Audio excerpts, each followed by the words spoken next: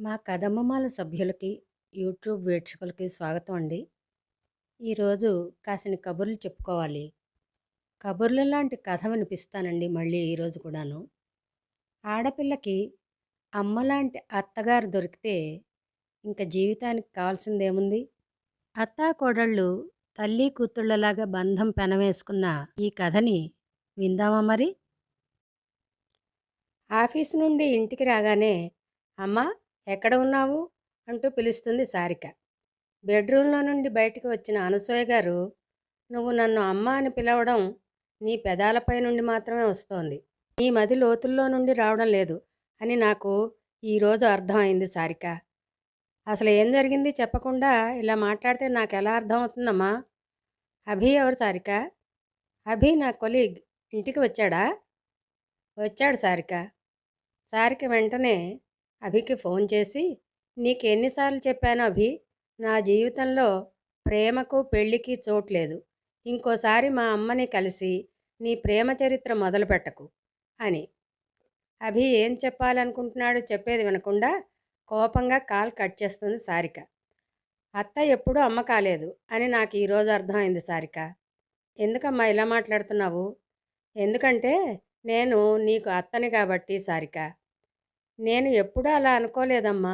అనాథ అయిన నన్ను మీ కొడుకు సాగర్ ప్రేమించాను అని చెప్పగానే మామయ్య మీరు ఏం ఆలోచించకుండా మా ఇద్దరికి పెళ్లి చేశారు. నా దురదృష్టం పెళ్ళైన 3 నెలలకే యాక్సిడెంట్ రూపంలో మీ కొడుకుని, మీ మాంగళ్యాన్ని దూరం చేసిన నష్టజాతకురాల్ని. అయినా నన్ను అసహించుకోకుండా అత్త కూడా అమ్మే కదా అని నిరూపించారు. మిమ్మల్ని అమ్మ అని పెదాలపై నుండి మాత్రమే కాదు, ఇక్కడ ఈ మది లోతుల్లో నుండి ఫీల్ అయ్యి పిలుస్తున్నాను. నన్ను అమ్మగా ఫీల్ అయితే అభి గురించి ఎందుకు చెప్పలేదు సారిక? అభి గురించి చెప్పడానికి ఏం లేదమ్మా. తను నన్ను ప్రేమిస్తున్నాడు, నేను తనని ప్రేమించడం లేదమ్మా. అయినా ఆ అభి నీకేం చెప్పాడు నాకు తెలియదమ్మా. అభి అనే వ్యక్తి నిన్ను కలిశాడు అన్న విషయం మర్చిపో అమ్మా. సాగర్ చనిపోయి 3 ఏళ్ళు అవుతోంది. ఇంకా ఎన్నాళ్ళు వాడి జ్ఞాపకాలతో ఉంటావు? నేను కూడా ఎన్ని రోజులు ఉంటానో కూడా తెలియదు. నిన్ను అంతగా ప్రేమించే అభిని పెళ్లి చేసుకుని నీ జీవితం సంతోషంగా ఉంటే చూడాలి అని ఉంది సారిక. అది మీకు వచ్చిన ఆలోచన కాదు. నేను నో చెప్పానని మీ దగ్గరికి వచ్చి తన ప్రేమ చరిత్ర మొదలుపెట్టాడు. రేపు అభికి గట్టిగా వార్నింగ్ ఇవ్వాలి అనగానే, అసలు అభికి నేనెవరో కూడా తెలియదు సారిక. మీరు తెలియకపోతే నన్ను ఎందుకు అభి గురించి అడిగారమ్మా? ఉదయం గుడిలో కళ్ళు తిరిగి పడిపోతుంటే సమయానికి కింద పడకుండా అభి పట్టుకున్నాడు. తన కారులో మన ఇంటి దగ్గర డ్రాప్ చేశాడు. ఆ తర్వాత అభిని లోపలికి రమ్మని అంటే, అర్జెంట్ వర్క్ ఉంది ఇంకోసారి వస్తాను అని అన్నాడు. ఫోన్ నెంబర్ ఇవ్వు అంటే తన పర్సులో నుండి విజిటింగ్ కార్డ్ తీస్తున్నప్పుడు నీ ఫోటో కనపడింది. అప్పుడే అడగాలనుకుంటే అర్జెంట్ వర్క్ ఉందని చెప్పి వెళ్ళిపోయాడు. ఆ తర్వాత నేనే ఫోన్ చేసి మాట్లాడుతూ మాటల్లో కావాలని పర్సులో ఉన్న అమ్మాయి ఎవరు అని అడిగితే, తను నా దేవత, ప్రాణం కన్నా ఎక్కువ ప్రేమిస్తున్నాను, నా ప్రేమ దేవత, కరుణిస్తే తనకి పతిదేవుణ్ణి అవుతాను ఆంటీ అని చెప్పాడు. తన గురించి నీకు అన్ని విషయాలు తెలుసా అభి అని అడిగితే, తనకి పెళ్ళైన 3 నెలలకే భర్త చనిపోయాడు అని, అత్త అమ్మలా మారిందని మాత్రం తెలుసా ఆంటీ. అయినా తన గతంతో పనిలేదు, తనతో నాకు భవిష్యత్తు మాత్రమే ముఖ్యం. కానీ ఆ మొండిఘటం వినటం లేదాంటీ. ఆ అమ్మాయి వాళ్ళ అత్త అంటే అమ్మ నాకు తెలుసు అభి. ఈవినింగ్ మా ఇంటికి రా, ఇద్దరం కలిసి ఆ అమ్మాయిని ఆ అమ్మని ఒప్పిద్దాం. నిజమా ఆంటీ?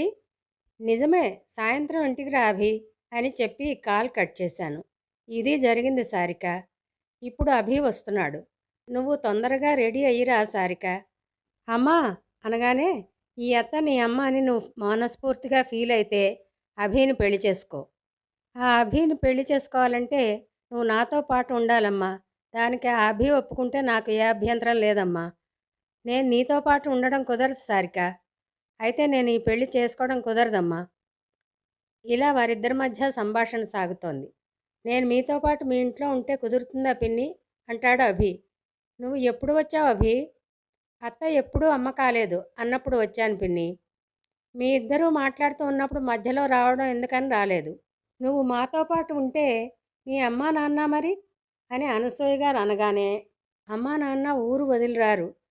ఎలాగో అన్నయ్య వదిన అమ్మ వాళ్ళతో ఉంటారు. ఎప్పుడైనా ఇక్కడికి వచ్చినా 4 రోజులు ఉంటారు. మనకి వీలున్నప్పుడు మనం వెళదాం. వాళ్ళకి వీలున్నప్పుడు వాళ్ళు వస్తారు ఇక్కడికి.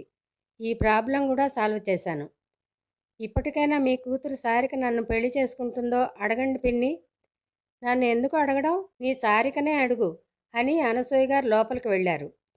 దేవత గారు ఇప్పటికైనా ఈ ప్రేమ పూజారిని కరుణిస్తారా? కుదరదు అంటుంది సారిక. ఇంకా ఏం చేయాలి దేవతగారు?